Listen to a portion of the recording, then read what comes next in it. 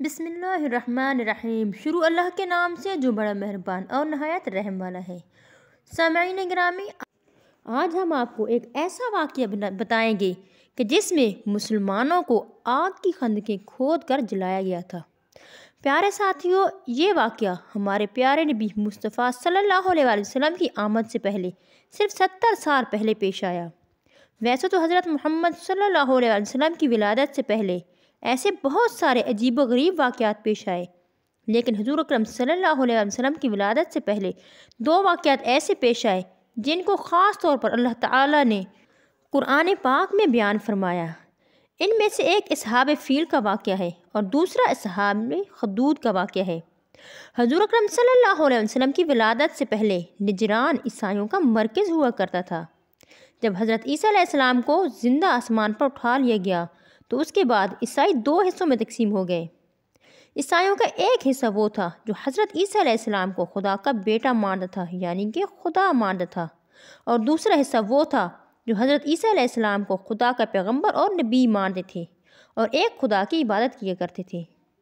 پیارے ساتھیوں، یہودیوں کے بعد جب حضرت عیسیٰ علیہ السلام کا دور حکومت آیا اور حضرت عیسیٰ علیہ السلام کے زندہ اٹھائے جانے کے بعد ایک خدا کا دین بڑی تیزی سے پھیلنے لگا، تو اس وقت یہودیوں کی طرف سے اس دور کے تمام مسلمانوں کو یعنی کہ عیسائیوں کو دردناک سزائیں دی گئیں۔ یہودیوں نے اس دور کے مسلمانوں کو صاف صاف کہہ دیا کہ یا تو تم لوگ یہودی ہو جاؤ یا پھر قتل ہونے کے لیے تیار ہو جاؤ، کیونکہ یہودی حضرت عیسیٰ علیہ السلام کو نعوذ باللہ دجال مانتے ہیں اور اصلی دجال کو اپنا مسیحا مانتے ہیں۔ پیارے ساتھیوں، اس دور کے اندر ایک جابر اور ظالم بادشاہ کی حکومت تھی جس کا نام ذی نواس تھا، اور بعض روایات کے مطابق اس کا نام یوسف ذو نواس ابن شرجیل ہے۔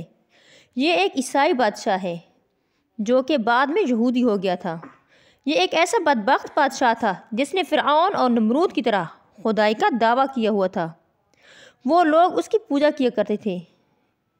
یہ بادشاہ ایک خاص قسم کے جادوگر کے ذریعے لوگوں کو بیوقوف بناتا تھا اور خود کو خدا کہلواتا، جیسا کہ فرعون مصر کے اندر بڑے بڑے جادوگروں کے ذریعے کیا کرتا تھا۔ اس بادشاہ کا بھی ایک خاص جادوگر تھا، اس لیے وہ اس جادوگر کے ذریعے بادشاہ کی حکومت میں اس کی معاونت کرتا تھا۔ جب یہ جادوگر بوڑھا ہو گیا تو یہ جادوگر اپنے بادشاہ کے پاس آیا، اس کے دربار میں آیا اور کہا کہ اے بادشاہ سلامت، اب میں بوڑھا ہو چکا ہوں اور کسی بھی ٹائم مر سکتا ہوں، لہٰذا مجھے ایک نوجوان اور ذہین و فطین لڑکا چاہیے تاکہ میرے مرنے کے بعد وہ لڑکا میرا جانشین بن سکے اور آپ کی معاونت کر سکے۔ چنانچہ بادشاہ نے حکم دیا اور ایک ذہین و فطین لڑکا جادوگر کو تلاش کر کے دیا گیا۔ چنانچہ وہ لڑکا جادوگر سے جادو سیکھنے جاتا تھا۔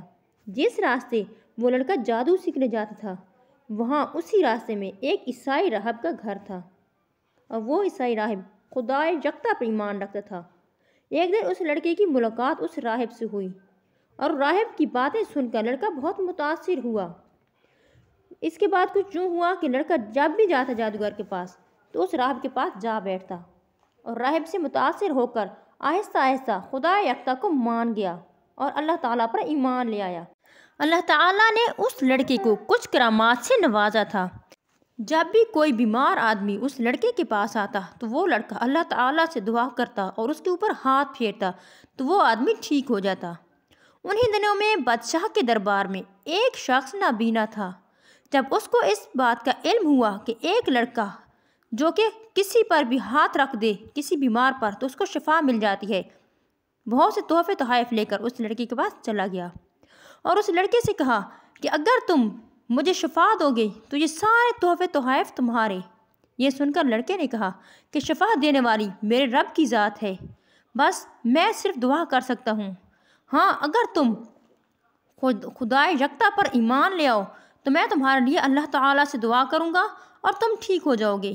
چنانچہ وہ درباری اس کی بات مان گیا اور اللہ تعالیٰ پر ایمان لے آیا۔ چنانچہ لڑکے نے اللہ تعالیٰ سے دعا کی اور اس کی آنکھوں پر ہاتھ رکھا اور اس درباری کو سب کچھ ٹھیک ٹھیک نظر آنے لگا۔